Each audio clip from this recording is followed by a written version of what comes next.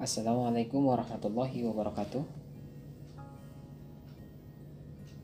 Bagaimana kabarnya hari ini?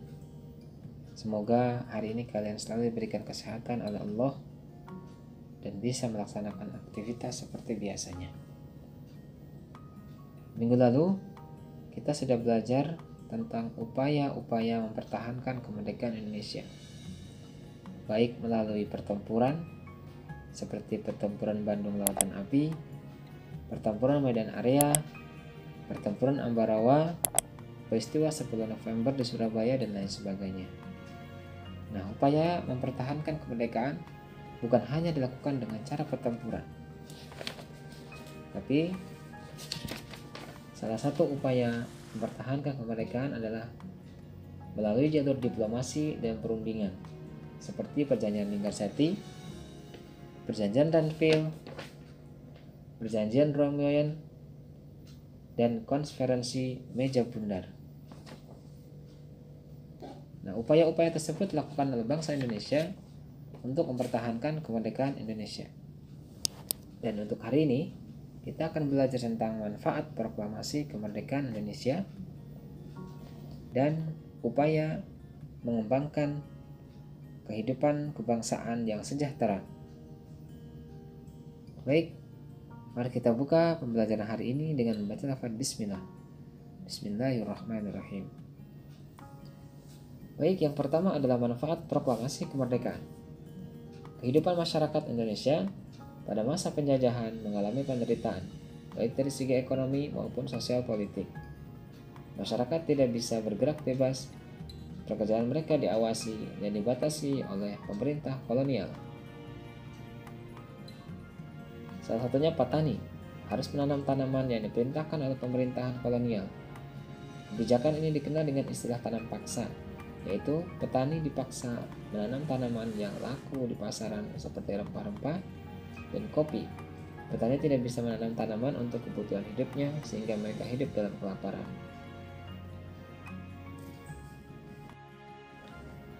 Setelah proklamasi kemerdekaan Indonesia, barulah bangsa Indonesia mulai bahu-membahu untuk mensejahterakan kehidupan. Bangsa Indonesia menjadi bangsa yang merdeka dan bebas dari penjajahan. Ini membuktikan bahwasanya manfaat proklamasi kemerdekaan sangatlah besar. Yang pertama adalah bangsa Indonesia dapat menikmati rasa aman dan kebebasan bagi seluruh rakyat Indonesia. Yang kedua, bangsa Indonesia dapat meningkatkan kesejahteraan masyarakat. Dan yang ketiga adalah memberikan kesempatan untuk memperoleh pendidikan serta ikut berperan dalam melaksanakan ketertiban dunia. Upaya mengembangkan kehidupan kebangsaan yang sejahtera. Pada masa Orde Lama, ekonomi keuangan amat buruk karena inflasi yang disebabkan oleh beredarnya mata uang lebih dari satu secara tidak terkendali.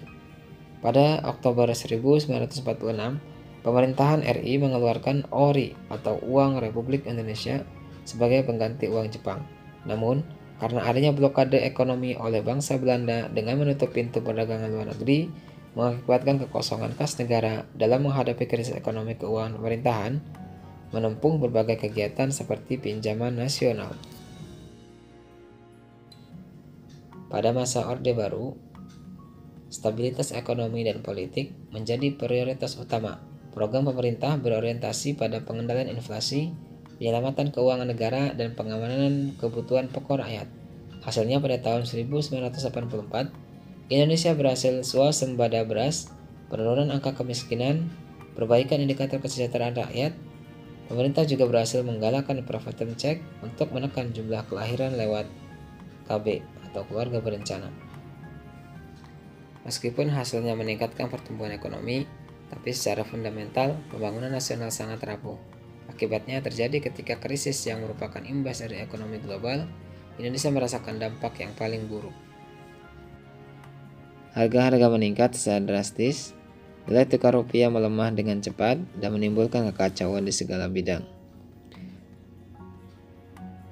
Di masa reformasi, masalah yang mendesak untuk dipecahkan adalah pemulihan ekonomi dan penegakan hukum. Kebijakan dilakukan untuk mengatasi persoalan ekonomi.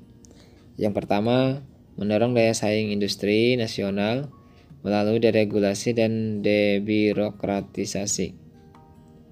Yang kedua, mempercepat proyek strategis nasional, termasuk penyediaan lahan dan penyederhanaan izin serta pembangunan infrastruktur. Yang ketiga, meningkatkan investasi di bidang properti dengan mendorong pembangunan rumah untuk masyarakat berpenghasilan rendah. Diharapkan kebijakan ini akan membawa peluang investasi yang lebih besar di sektor properti.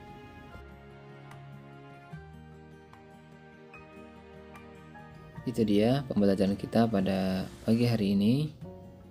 Semoga bermanfaat. Wassalamualaikum warahmatullahi wabarakatuh.